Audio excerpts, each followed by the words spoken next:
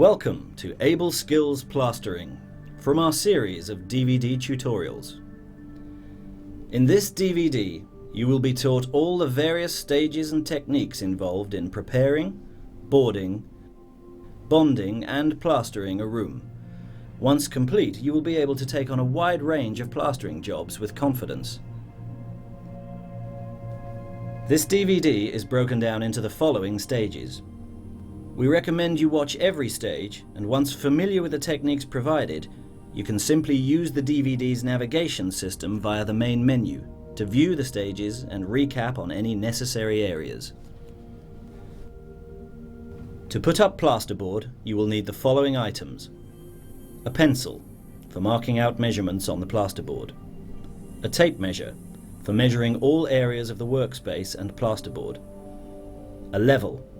This is to ensure that all work surfaces are level and straight, a Stanley knife for cutting the plasterboard, a hammer and clout nails.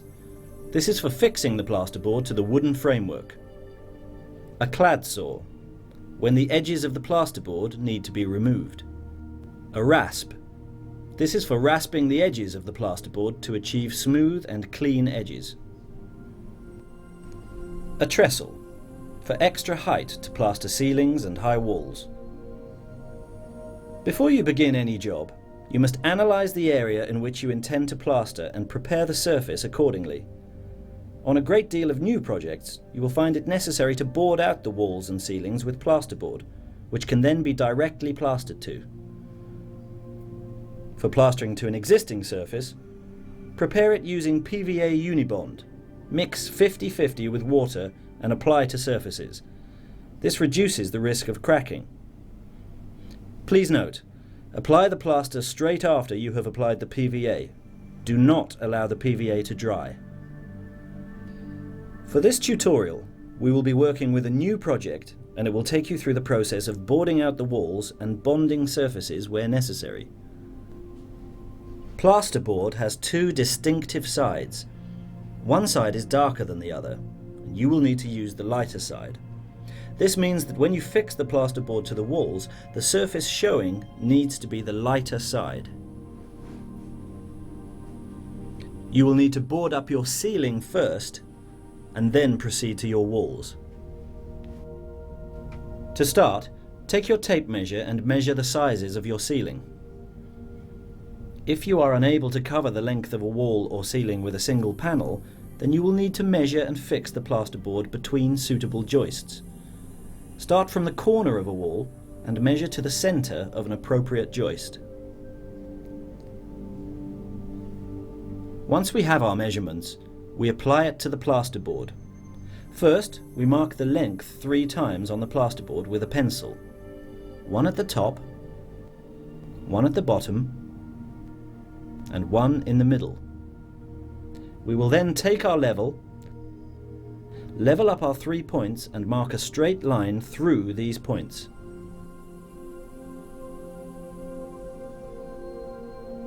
We then take our Stanley knife and set up our level along the pencil line. Minding our fingers, we run a straight cut through the plasterboard. Then we move to the other side of the board.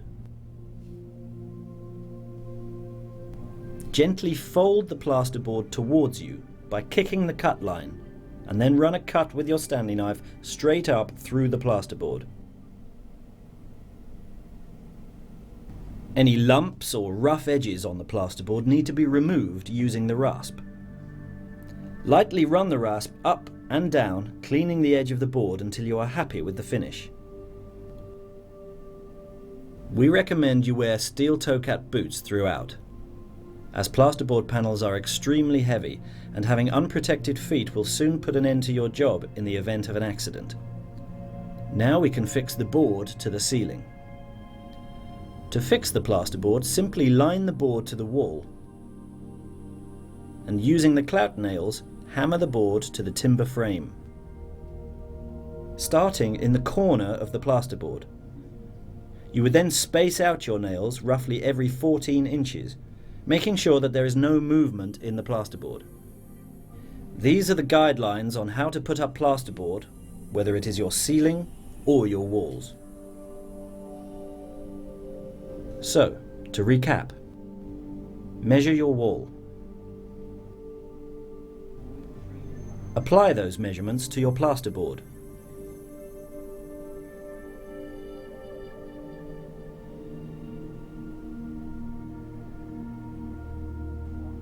Mark a straight line on your plasterboard.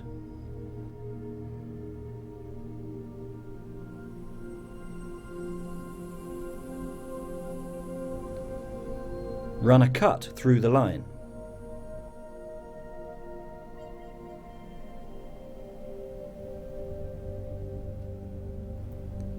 Go to the other side of the plasterboard and give it a break.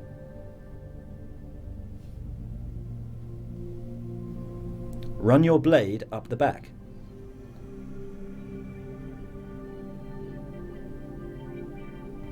Use a rasp to clean up the edge.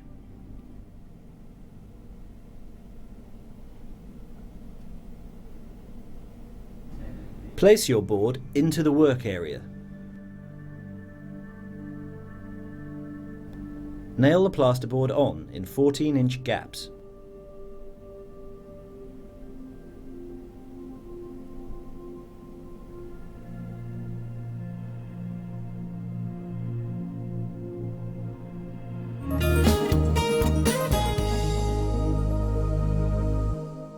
For this section, you will need tin snips for cutting angle beads, angle beads for covering the corners, bucket trowel, plastering trowel for spreading our plaster, hawk, this is to hold our plaster on while we work, plastering stand and spot board for holding our plaster mix, plaster bucket for mixing your plaster, drill and paddle for mixing in your plaster and water, a bucket of clean water, and finally bonding plaster. Make sure you keep your equipment clean and tidy on site. Your trowels must be rust free, and keeping your equipment well maintained is essential to working well on a job. Once you have boarded out both your walls and ceiling, on many occasions you will find other obstacles such as boxed-in pipes or windows, which require additional preparation before any plastering can take place.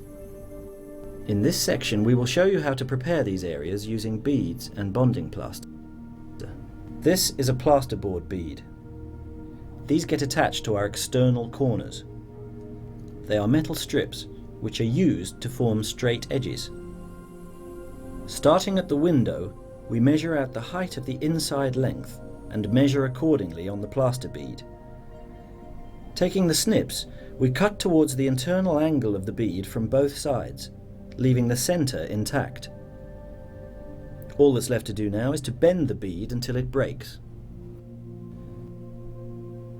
Prepare all your angle beads in the same way, measuring, cutting, and checking that all vertical and horizontal beads fit snugly into place. Be careful not to run your hand or finger over the end of your cut bead, as these could be very sharp. Always handle the beads from their body and with care. Once all beads are cut to size, we can now set them in place. To do this, we need our bonding mix. The bonding mix is the undercoat. This is a thicker plaster for setting the beads. This is also used to cover poor, undulated surfaces, to get the area prepared and even, ready for the top coat or finishing plaster. To mix our plaster, we must now get our mixing bucket, bucket of clean water, drill and paddle, bucket trowel, and our bonding plaster. We start with a half bucket of clean water poured into the mixing bucket. We then add the bonding plaster to the bucket and start to mix with the drill and paddle, slowly adding more plaster as we go.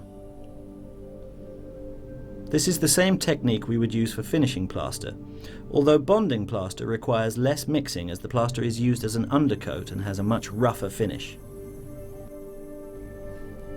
When mixing our plaster, whatever amount of water we start with, by the time the plaster is in, the final amount doubles. This applies for bonding and finishing plaster. In other words, half a bucket of water gives a full bucket of mix. You may find sediment near the top of the bucket. This is not mixing in with the rest of the bonding plaster, so you want to run your trowel around the rim of the bucket and place it back into the main mix.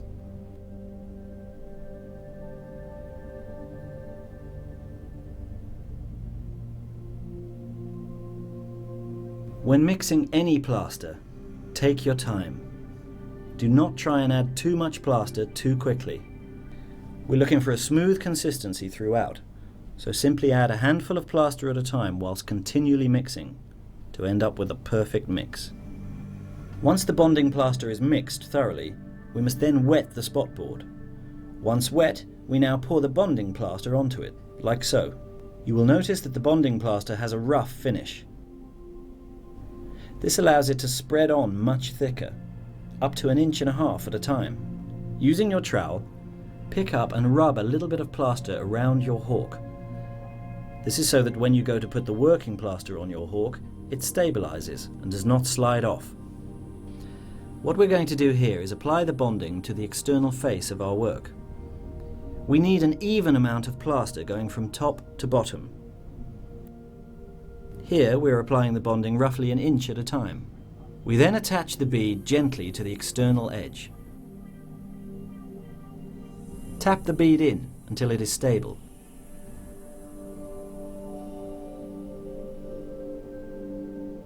Use the long level on the side of the bead to make sure it is completely vertical. Run the level down the bead, and if the bead is not level, adjust it by tapping it like so.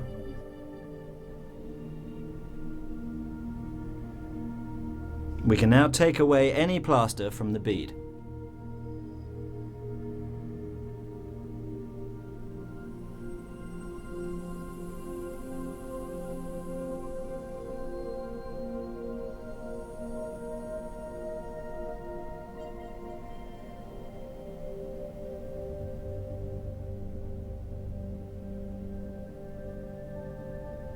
Once you have finished, run your finger or thumb down the edge of the bead to keep it clean. We now use the same method to attach all our other beads to the other external edges.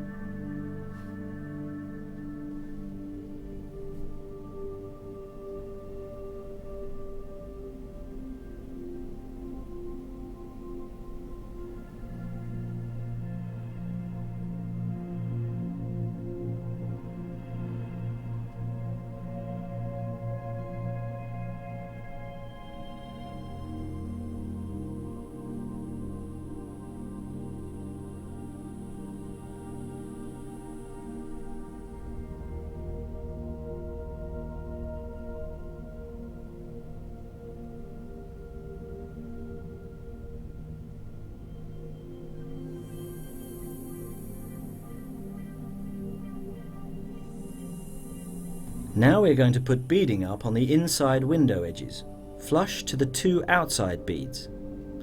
Same as before, we smear the plaster on the front surface going away from the edge.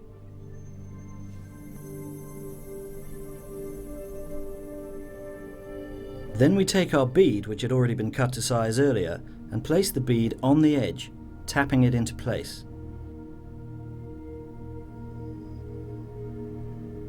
Once again, use the level to check the bead is vertical.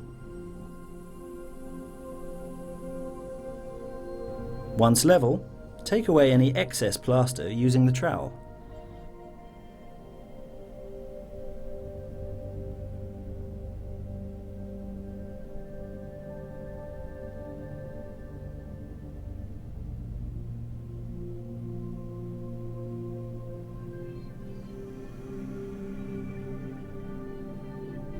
And finally, clean the surface of the bead with a wipe of the hand. Now continue to do any other external edges in exactly the same way. Add bonding plaster, set the bead,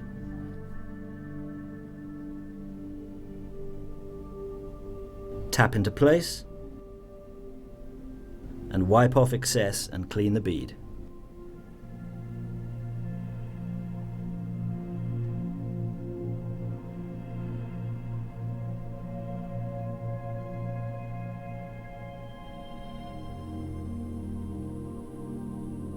Once this is done, we take our long level and place it horizontally across all our beads. This is to ensure that all the beads are flush with each other. Gently adjust the beads until they all make contact with the level. We recommend you get yourself both a small and a large level. The smaller level is ideal for inside windows or tight spaces, whilst the larger level is ideal for checking larger spans. All the tools used on this DVD are available on the Able Tools website at www.abletools.co.uk. With the top and bottom edges of the window, exactly the same process is used.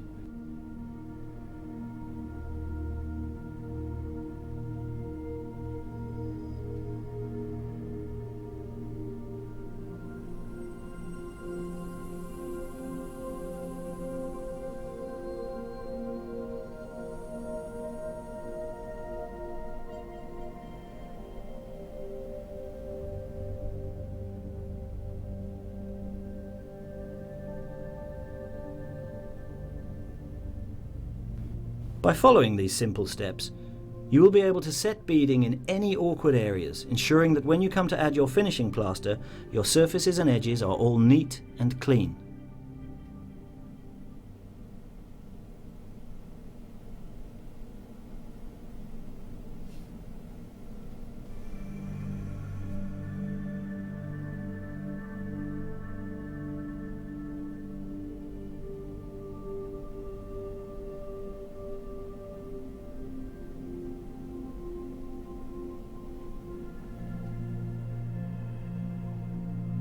Once all the beads are set, check all are level and then trowel the bonding plaster onto the remaining surface to ensure a good, clean underlay ready for the finishing plaster.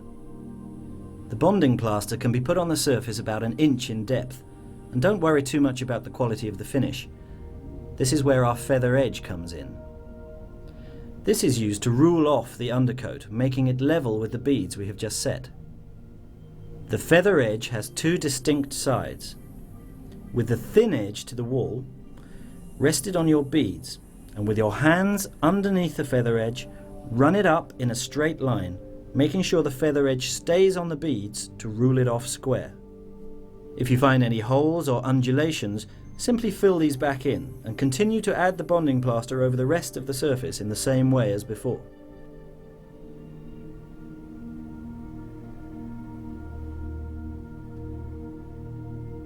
Once again, don't worry about the finish.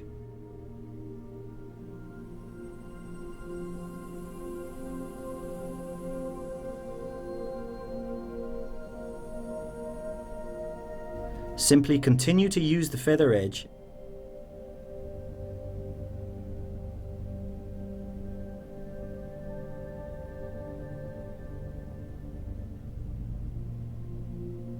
and fill in any gaps, reusing the feather edge as necessary. For smaller areas, you could simply use your trowel up against your set beads.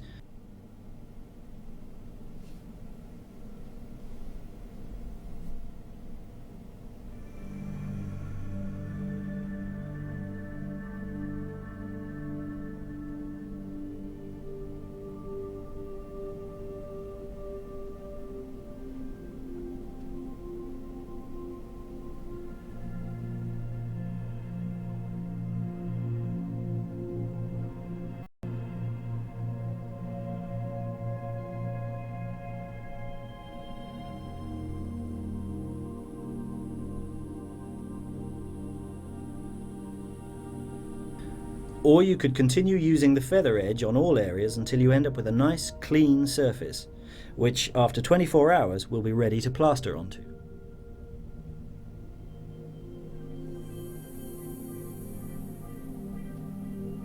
Bonding and beading would be used for all awkward areas, including boxed-in pipes, window openings, and any external edges. Bonding would also be used on poor surfaces to give a good undercoat ready for plastering. For Artex ceilings and walls, simply scrape off the Artex and plaster directly over with the finishing plaster.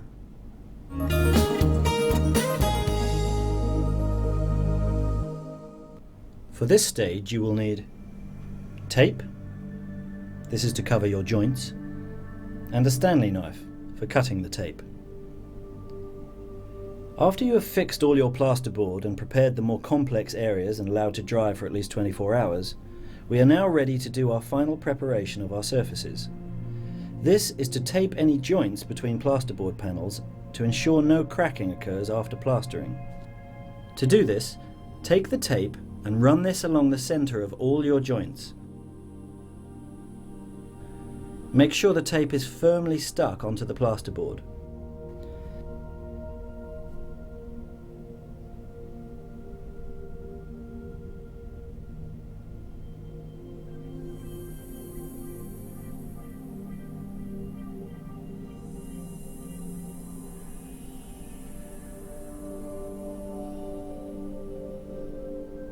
Again, run the tape through all joints and run your fingers along the tape so that it is tight on the plasterboard.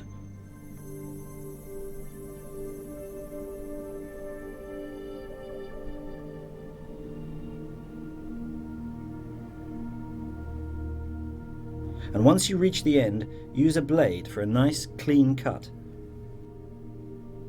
Finally, go over all the nails that were hammered in and make sure they are flush with the plasterboard. This is so that when we're plastering, our trowel doesn't catch any of the clout nails.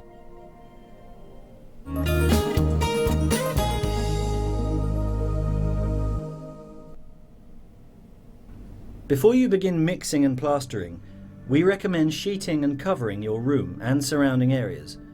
As well as dust and water, mixed plaster can also splatter, and if left to dry can be extremely difficult to clean and remove, especially from carpets and textured surfaces. You will need bucket trowel,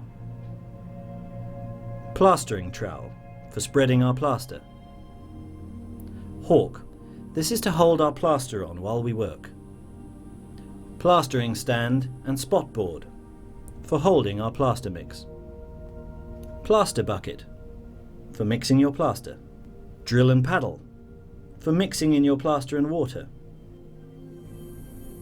a bucket of water, and finally multi-finishing plaster.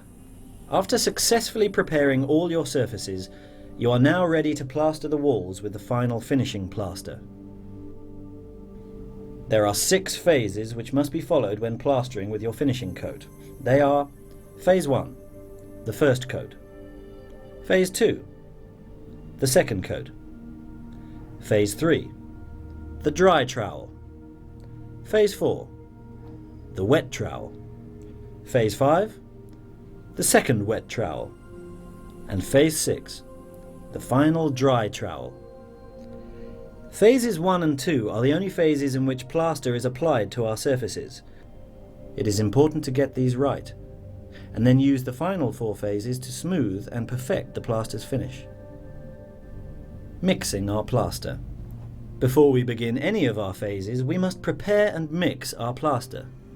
Pour half a bucket of clean water and half a bag of finishing plaster into your mixing bucket.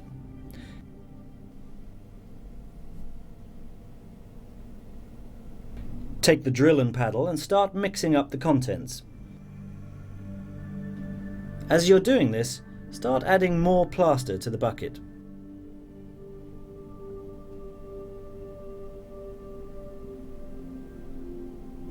Continue to mix with the drill and paddle.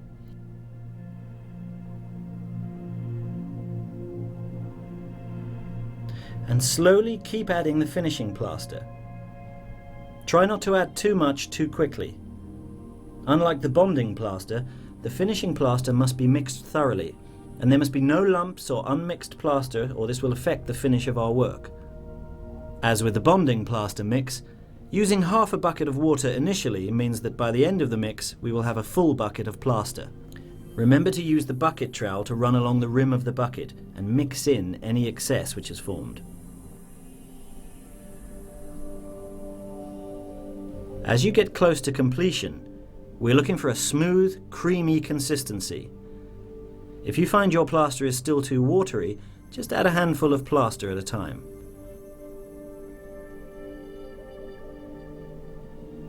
Continue to mix until you have a smooth consistency with no lumps. After you are happy with the mix, make sure you clean your equipment whilst the plaster is wet.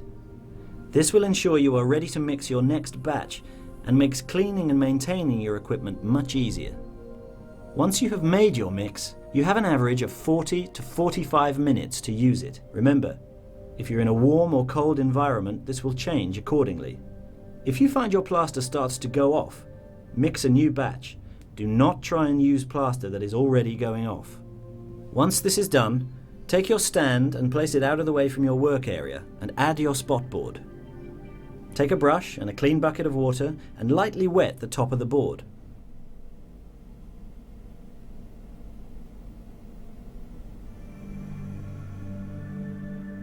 Now take your bucket of finishing plaster and carefully pour it onto your board. Don't pour it all out at this stage. You only need an amount sufficient enough to work with. Then take your hawk and trowel and using your brush to wet the surface of your hawk, rub your trowel across the hawk, making sure that both are clean. Take a bit of the plaster off the spot board onto your hawk and using your trowel, run the plaster off and back on your hawk.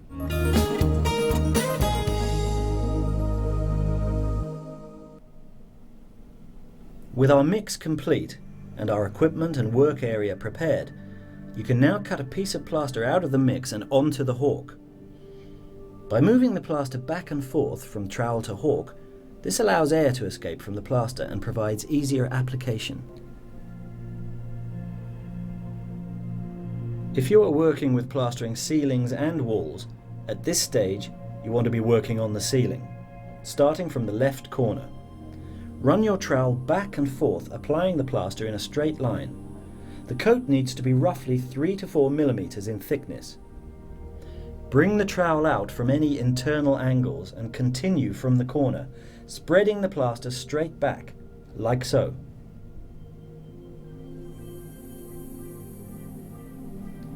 You will notice that lines of excess plaster will appear on the work. Do not try to fix at this phase.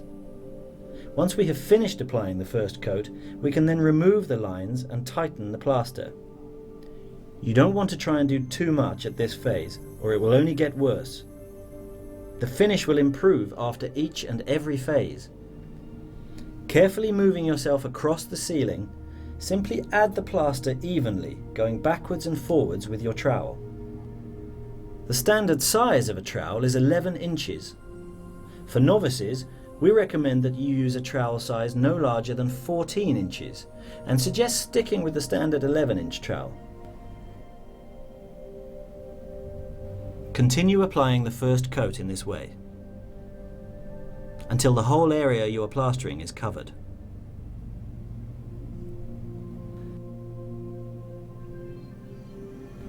As soon as our first coat is finished, we can then proceed straight away before the coat dries to remove all the lines on the surface, including any lumps or holes. To close the plaster in, we start the trowel face in an open position, and as we feed the plaster in, the trowel is slowly closed off and removed. Repeat this motion across the whole ceiling.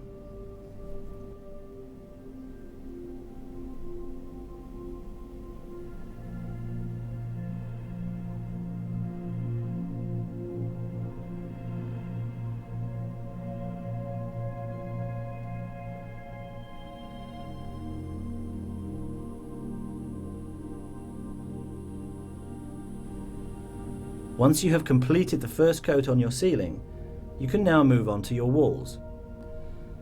When you plaster your walls, you should start from the midpoint and work upward, applying a nice even coat over the top half of your wall before moving on to the lower half. Always work away from the corners and edges. The reason for doing the ceiling first and then working onto the top half of the wall is to work downwards, avoiding us dropping any excess or waste plaster down onto a finished surface.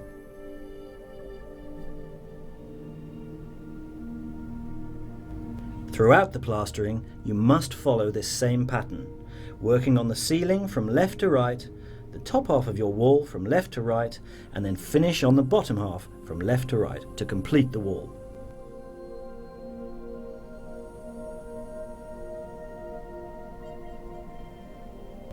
Continue to plaster other areas in the same way until all have their first coat. When working on all other phases, you must continue to work in this same pattern to ensure the drying time is uniform throughout.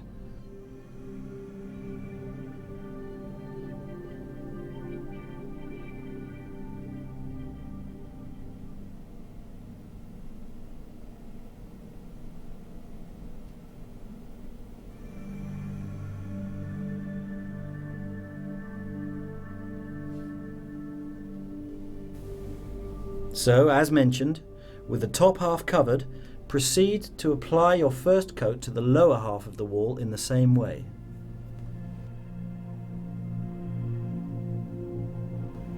You can leave a small gap at the bottom of the wall, as this will later be covered by a skirting board.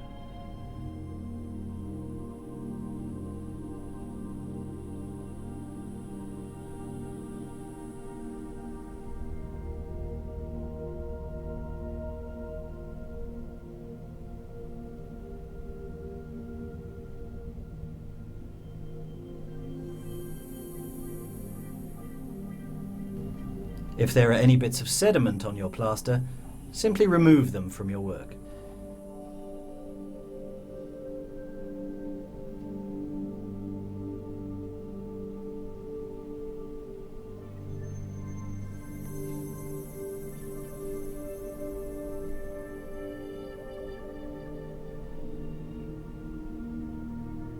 Continue until you have completed the whole work surface. The most important thing about the first coat is that you must have full coverage of the work surface. Once this is done, leave around 20 to 25 minutes for the plaster to settle before moving on to the next stage. Before each phase, make sure that all your tools are clean and that we have a nice working area.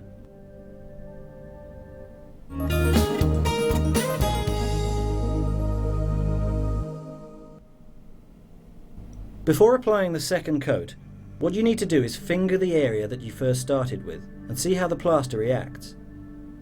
If the plaster starts popping out and leaving marks, then you know that the plaster is still too wet and you need to leave it for a little longer. Applying a second coat whilst the first coat is still too wet would mean that you would be removing the first coat as you apply the second. If you find that you leave a fingerprint with no pot marks, then you know that the plaster is sufficiently dry and you can go on to the second coat. During this second phase, we apply the plaster in exactly the same way as we did for the first coat, except this time we apply a slightly thinner coverage to the wall, applying a thickness of around 2 to 2.5 millimeters for the second coat.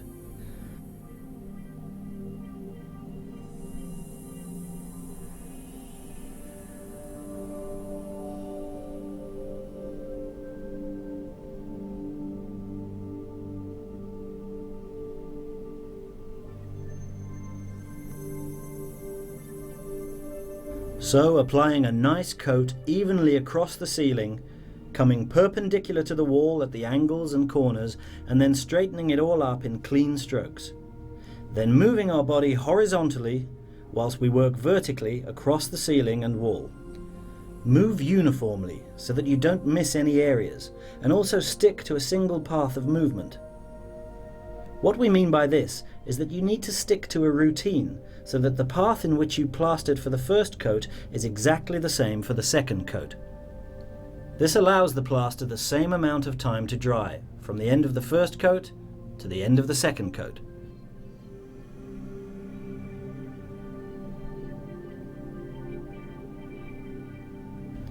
Once again, leave this second coat to dry for approximately 25 minutes, in the same way that you did for the first coat. So, to recap on our first two phases. 1. Cover any areas and surfaces to keep them clean. 2. Mix your plaster. 3. Apply the first coat at a depth of 3 to 4 millimeters, working from left to right, starting from the ceiling, going down to the top half of the wall and ending up with the lower half of the wall. 4. Run over to remove any excess lines. 5. Clean your tools and allow the plaster to dry for 25 minutes. 6. Finger the completed areas to check the first coat has gone off. 7. Apply the second coat at a depth of 2 to 2.5 millimeters, following the same pattern as used for the first coat. And finally, 8. Clean your tools and leave to dry for a further 25 minutes.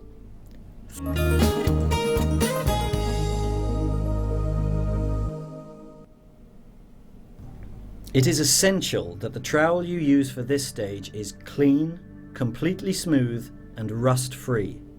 This will have a major bearing on the quality of the finish. Using nothing but a dry trowel, applying plenty of pressure to the wall, simply go over your entire area in the same pattern as previously mentioned. With this phase, you are no longer adding any plaster. This process smooths off the two coats we have already applied. Use a firm grip, with a slight angle on the trowel. Too open and the trowel will remove the plaster off the wall instead of touching it up.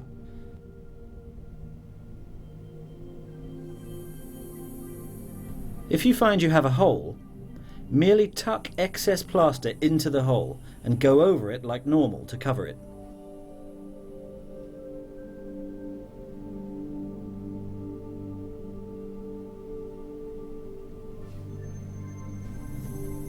Just continue to repeat this same process until you have gone over all the areas.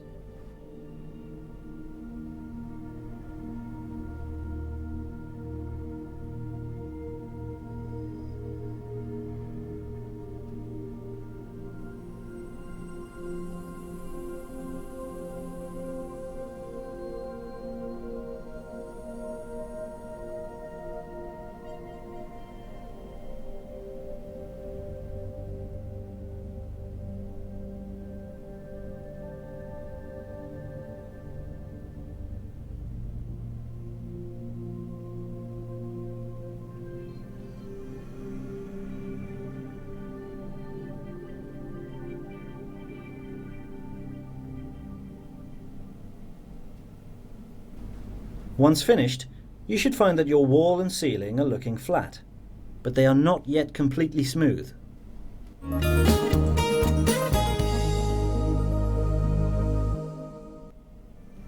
Having left the walls to dry for 25 minutes, we are now ready for phase 4, which is a wet trowel. What we are doing here is using a wet brush, sprinkling water onto the wall, and running a trowel over the surface to give the wall a nice smooth finish. This will get rid of all lines left by the trowel. Opening the trowel up a fraction, we remove any excess water off the wall. We're going to brush the internal angles of the wall first to get it looking neat, and then we're going to apply the water.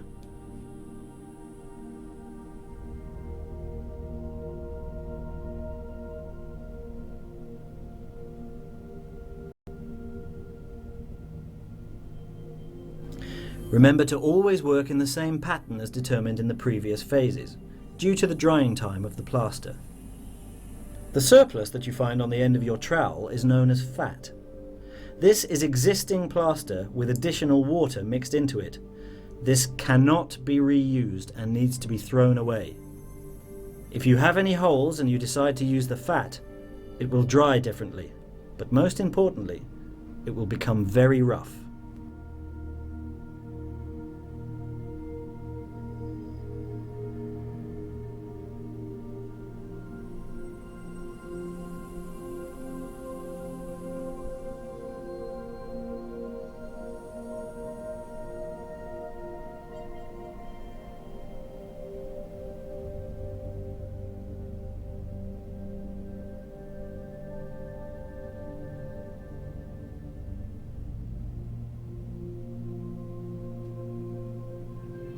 Always bend your back and apply plenty of pressure on the trowel.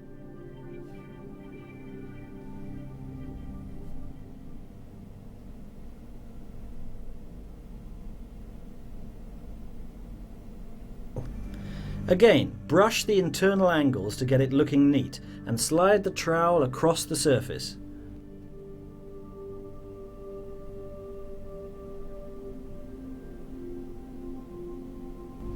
As you can see, the walls and ceilings are starting to take shape.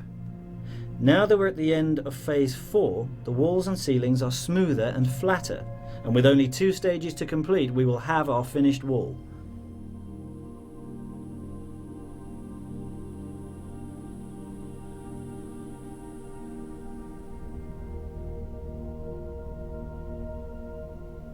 Once again, ensure you keep all your equipment clean between each phase.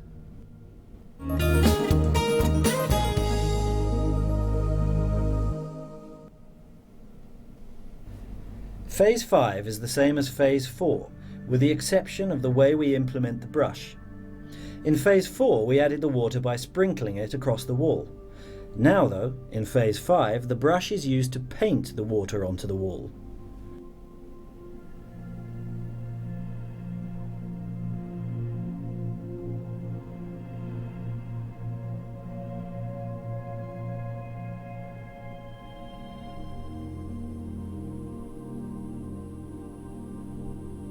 We are now bringing the walls and ceiling to a smooth and flat finish ready for decorating. By adding water, the plaster naturally becomes smoother, so you can apply paint straight onto it, without needing to sand it down or treat it in any way.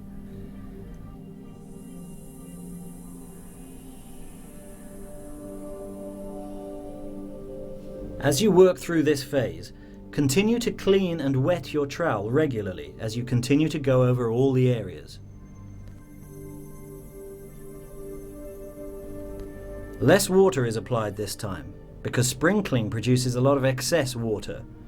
Use the brush to paint the water on the wall, spreading it over the wall with no excess water forming. Employing the same amount of pressure as before, we run the trowel over the wall in the same way that we did for the last phase.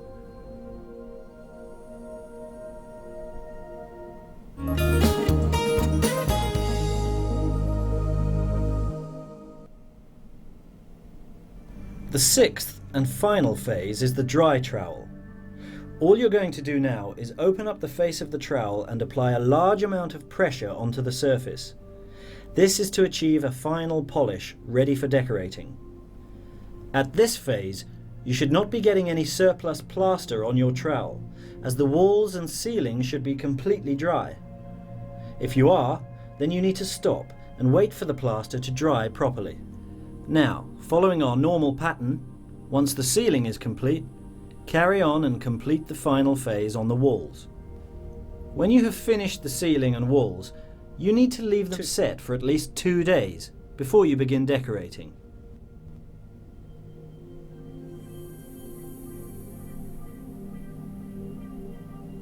So, to recap on our final 4 phases: 1. Phase 3. The first dry trowel. Go over the entire area in the normal pattern to smooth the coat. 2. Clean your tools and leave the plaster for 25 minutes. 3. Phase 4. The first wet trowel. Flick water onto the wall using the brush, and use the trowel to remove any excess water following the normal pattern. Brush internal angles as necessary. 4. Remove all fat. Do not reuse this surplus material. 5. Clean your equipment. 6. Phase 5. The second wet trowel. Use the brush to paint water onto the wall with less water this time, and run the trowel over the wall in the normal pattern. 7. Clean and wet the trowel regularly and continue to smooth the plaster to complete phase 5. 8. Clean your equipment before the final phase. 9. Phase 6. The second dry trowel. Run the dry trowel to get the final polish with no excess. Note, if there is any excess, leave the plaster to dry for that little bit longer before running the final dry trowel. And finally, allow 48 hours drying time for the plaster before attempting any decorating. So, by following all of these stages, you should now have a complete job with all walls and ceilings plastered with a smooth, clean finish. By using the techniques and stages demonstrated in this DVD, you should find you can now take on pretty much any internal plastering project. We hope this DVD has helped you. There are a wide variety of other titles available to help you with other skills. If you would like more advanced and intensive training, Able Skills provide a 5-day and City and Guilds courses in their spacious unit in Dartford, Kent.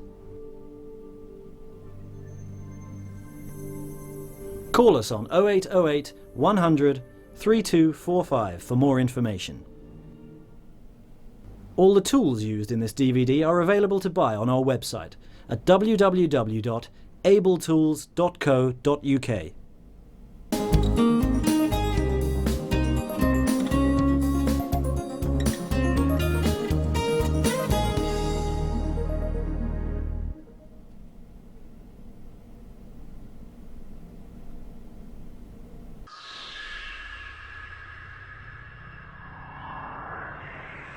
Welcome to Able Skills, a City and Guilds, NIC, EIC and EAL approved training centre.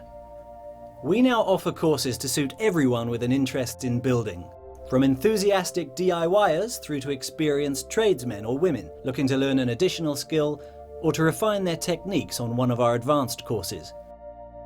Are you looking to learn new skills in building? Maybe for that DIY project that you've been putting off? Maybe to use the skills in your existing trade or to start a new one. Whatever your reason, courses with Able Skills will give you the start you need.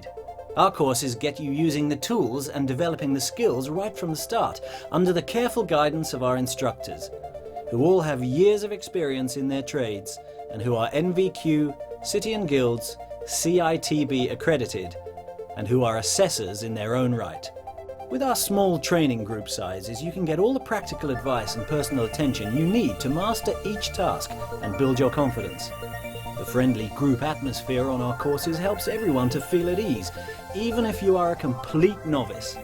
At our new, spacious centre in Dartford, Kent, you can learn or improve your skills in plumbing, brickwork, plastering, tiling, and electrical installation.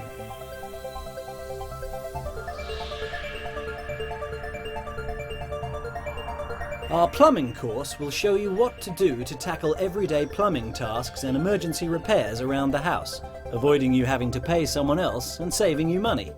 The course covers subjects from fitting a simple washer, laying and bending copper pipes, how to use push-fit plastic pipe for hot and cold services, pressure testing, fitting and soldering joints, preparing pipework, fitting complete bathroom suites, baths, sinks, showers and toilets, including running waste systems from each.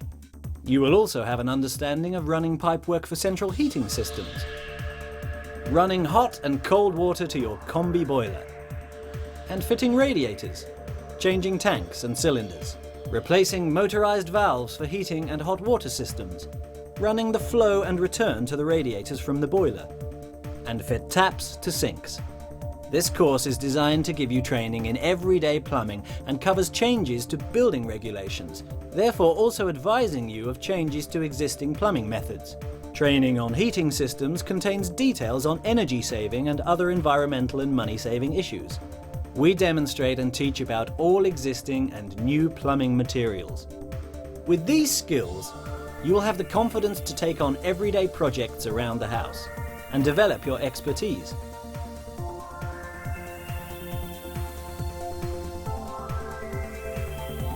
We also offer an advanced plumbing course, which is designed to teach you how to carry out plumbing installations around the house. You will be taught how to fit or replace cold water tanks and fit or replace hot water cylinders. We will show you how to run hot and cold services from the loft to the bathroom and kitchen. The course also demonstrates how to fit central heating flow and return pipes from the boiler to the radiators, fitting central heating pumps and motorised valves, and how to run pipework to a combi boiler. The course content also covers use of water filters and conditioners, and awareness of water bylaws. We will explain how to alter soil pipes and how to clear blockages on drains, waste pipes and guttering. My name is James Rogers, and I've just spent 9 years in the army, and I'm just doing this as part of my resettlement. I'm not doing it to go to the trade either. I'm just doing it so that I've got a good idea of basic plumbing skills, and I'm doing a tiling course next week as well, so I can do minor jobs around the house, and maybe if I go into the buy-to-let industry I can do basic jobs myself as well to save a bit of cash, and to see when people come in and suggest doing some work whether it's actually correct or not. There's lots of hands-on. You make a lot of your mistakes here.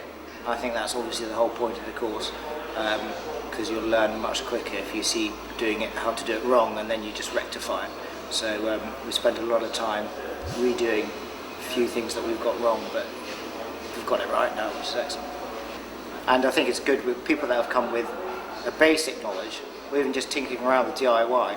This gives a very good structured way of looking at systems, and certainly for putting in a hot water system now, I can understand how the system works, albeit very basically. I understand how the system works, so if something slightly goes wrong in the house, it'd be hopefully very easy to rectify that problem. It's one of those courses that you progress as quick as you want to on, which has been fine for me because I've got my City and Guilds, which I did 20 years ago, and I'm just getting my plumbing skills up to scratch again. Yes, like I say, it's been quite good. The instructors sort of let you progress at your own speed, give you handy hints, stuff like that, so it's been very good for me. Yeah, started doing sweating joints again and got it pressure tested to make sure that you're doing it right. Bending, using the benders again, obviously for your copper pipe. And then on day 2 in the afternoon you get in the bay and start putting up the rads and the bathroom in. I haven't done any of the other courses, but a friend of mine's done the tiling course, and it was him that put me onto this place in the first place, and so it's through recommendation anyway then. Yeah, that's been really good, been very helpful from the instructors. I mean, I've done stuff 16 years ago, so this was just basically refreshing myself, getting myself up to the scratch where I was 16 years ago, to be honest, so it's been very helpful. I'd like to do the plastering one, and maybe the tiling one as well, but that's obviously a bit further down the line, but yeah, certainly interested in doing some others. Yeah, no, the tutors are very good, very helpful. They come along and sort of help you if you're a bit stuck. Shows you how to do a few of the bending part. I think that's the theory side of it. It's more the harder part rather than the practical, just knowing what goes where, and so that's where they've been more helpful.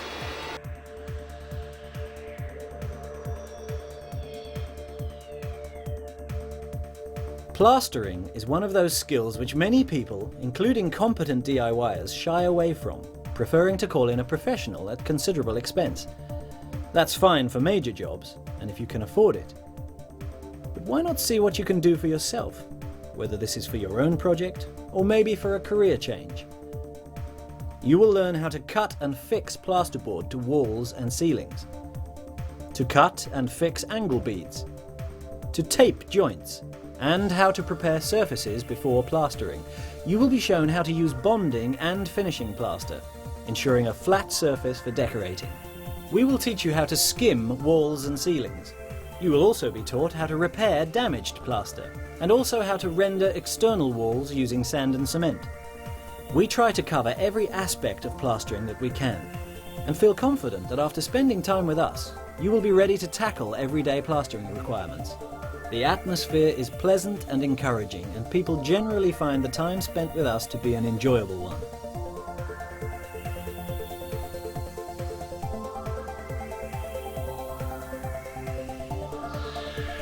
We now also offer an advanced plastering course for people looking to increase their speed and technique. This course concentrates on cutting and setting beads, bonding, skimming, and also repair work. This is available over 5 days or 2 weekends.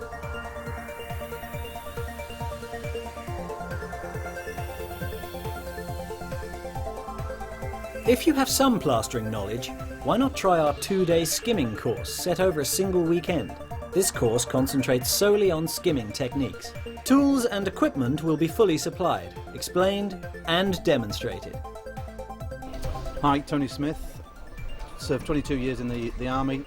I'm now here doing a 2-week plastering course, the first week being the beginners and second week hopefully being the more intense course. What I'd like to do is do a little bit of renovation on properties, initially my own house and then moving on to other properties with friends and family. Value for money, it would obviously be better if it was free, but sadly it's not free, but it is a very good value for money. You learn a lot, it's hands-on, which you need to be doing at this stage of the game. Tutors are very good, very knowledgeable, a lot of experience behind them, and they're always there on hand to give you any help should you require any. Yes, I've travelled from all the way up north, and it's approximately 250 miles at weekends as I travel, and on a daily basis travelling 120 to 140 miles for to stay with friends. So to me it's definitely worth it to travel that far.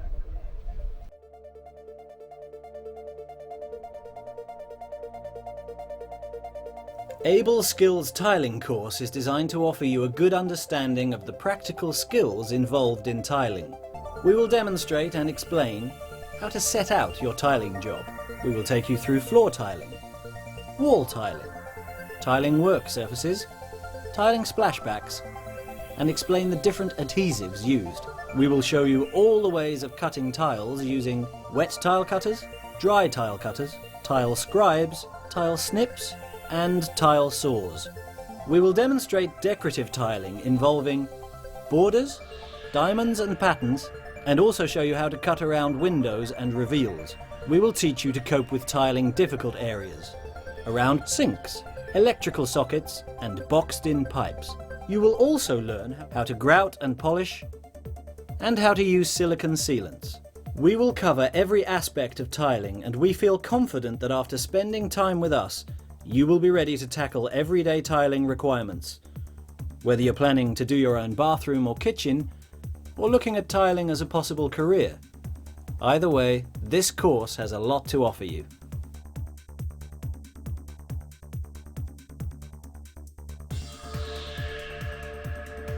In addition, we also offer an advanced tiling course which builds upon the knowledge gained on our intensive course.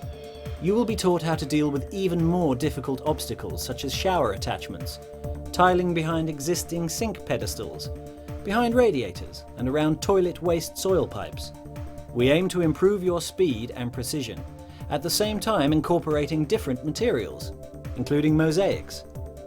We also demonstrate the correct procedure required when you need to remove and replace existing damaged tiles with new ones.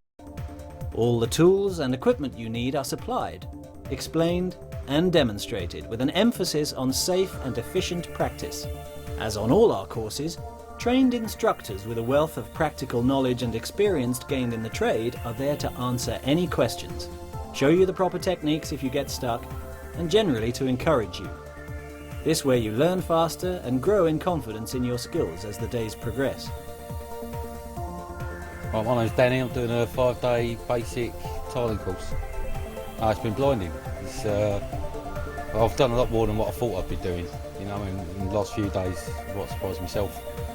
Started off doing the kitchen area, you know, going up the walls, and at the moment I'm just doing a bathroom floor. Yeah, I'd like to do a profession, so I'm going to come back in a couple of weeks and do the advanced course. If they'll have me back. Yeah, you feel like pretty much like it's a one-on-one course. I mean, there's only half a dozen of us on the course there, so you do get like, you know, you feel like you're getting undivided attention. No, I just think like it's blinding course, prices and all that. You think once you've done it, knock a couple of jobs out, you've got your money back, haven't you? My name is Brown, Almond Brown. I'm doing a tiling course for 5 days. Basic, but hope to go on to the advanced later on. I find it very interesting, learning quite a lot. Wall tiling, cutting around plugs, and at this present time some floor tiling, and cutting around sinks and toilets and so forth. I think it's good value because the others are more expensive than this, and I'm quite satisfied with what I'm getting at the present time. My name's Michael Falls. I'm doing a tiling course from Birmingham. done the course because obviously I've got a lot of tiling to do in the house, and hopefully to do jobs for other people. Well, there's no other tiling courses in Birmingham which I could find, and Able Skills look the best place to come to.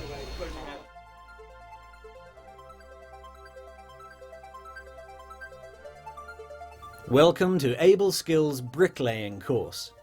On our bricklaying course you will learn to set out building lines, to use bricks as well as blocks, how to ensure your walls are square and vertical, how to build a corner, a pillar and a cavity wall. Also you will learn the different types of bricklaying bonds and be shown how to do pointing for facework. We will demonstrate how to put in a damp course and how to put in lintels and windows. This course is designed to provide you with plenty of general building knowledge to ensure that when you leave the training centre, you are confident in all areas of brickwork. The course fee of £300 will soon repay itself in all the highly practical and enjoyable jobs you will be equipped to take on.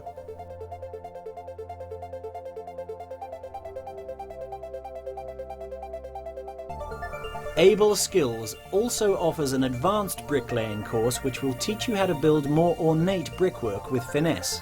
We will show you how to angle bricks by cutting them with different tools so that you can create an even joint throughout that piece of work. You will be shown how to build archways, conservatory bases, swoops, ornate pillars, bird's beak detail, soldier course, spiral pillars and fireplaces. The course is also suitable for ground workers looking to build boxes and manholes. Able Skills is happy to advise you on any building project you are undertaking if you bring your plans or drawings along. We're building a variety of walls, cavity walls, archways, pillars, piers, a whole variety of stuff. Yeah, hopefully I'll be getting the City and Guilds level 1 qualification in bricklaying. Doing a five-day bricklaying course. Just the basics. It's just purely for doing things at home, DIY, and a bit of gardening and everything else really. I've really enjoyed the course and it's taught me a lot more than I already knew. So mostly it's actually getting things level and all the 10mm gaps and everything. When I finish this course, I'll be comfortable doing the jobs what I usually do at home and that a bit more than what the finished effect will be a lot better. So. The course is very good. It's very practical, down to earth. If you've got some ideas of how you want to do things, the tutors give you guidance. They also show you some rather nifty ways of doing some brickwork, which is perhaps away from the normal sort of straight stuff. Very good, very intuitive, and the guys that actually teach you, obviously they've got good skill, because if you don't do things correctly, they actually show you what happens if you don't do it right, and how you do it right, and when you do it right, it looks wonderful.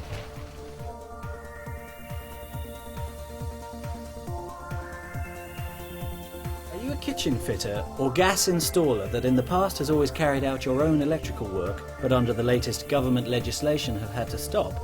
Have you been carrying out electrical installation work but do not have a recognised electrical qualification? Or maybe you are looking to start a new career in the electrical industry? At Able Skills, we can now deliver the VRQ Level 2 Domestic Electrical Installers Certificate. This gives candidates a nationally recognised electrical qualification, allowing them to become a qualified supervisor of firms that are registered with approved Part P competent person schemes. In our newly fitted out electrical training area, you will be shown how to use the latest Part P approved test equipment and carry out fault finding on our test rigs. The courses are demanding and intensive, but under the careful guidance of our highly qualified instructors, using our small class sizes and fully trained assessors and verifiers, you will get all the practical and technical advice that you will need to master each of the 17 modules and build your confidence. Once successfully completed, the holder will be able to apply to register on the Domestic Installers Scheme, and on acceptance will be able to install, test and self-certificate their own work.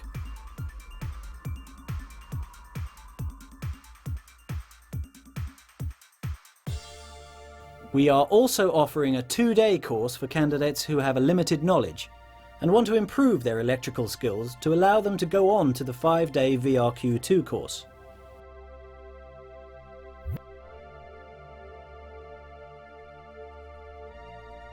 In addition, to meet the minimum requirements of the building regulations, all those carrying out domestic electrical installations need only to achieve Unit 1 of the VRQ, Applicable Building Regulations for Domestic Electrical Installation.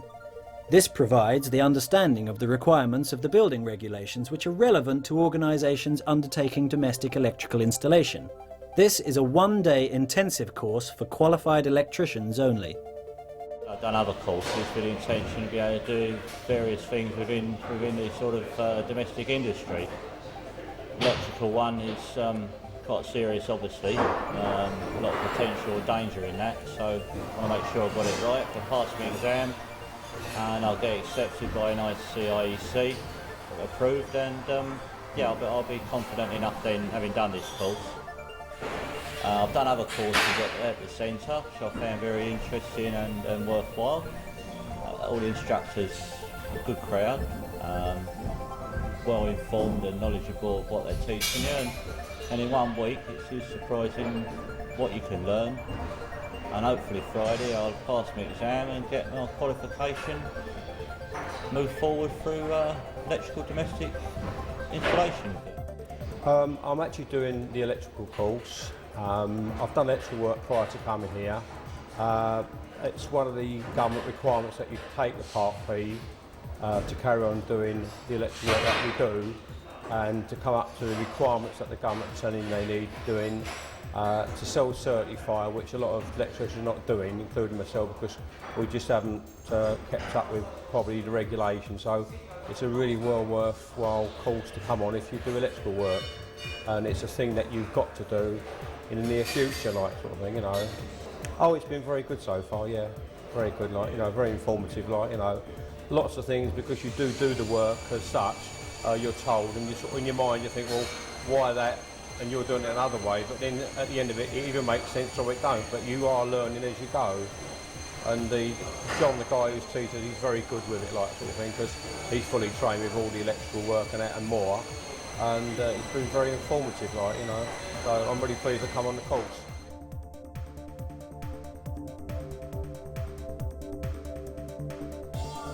Why not try Able Skills Multi-Skills course, which enables you to train in the 4 courses of plastering, plumbing, tiling and bricklaying.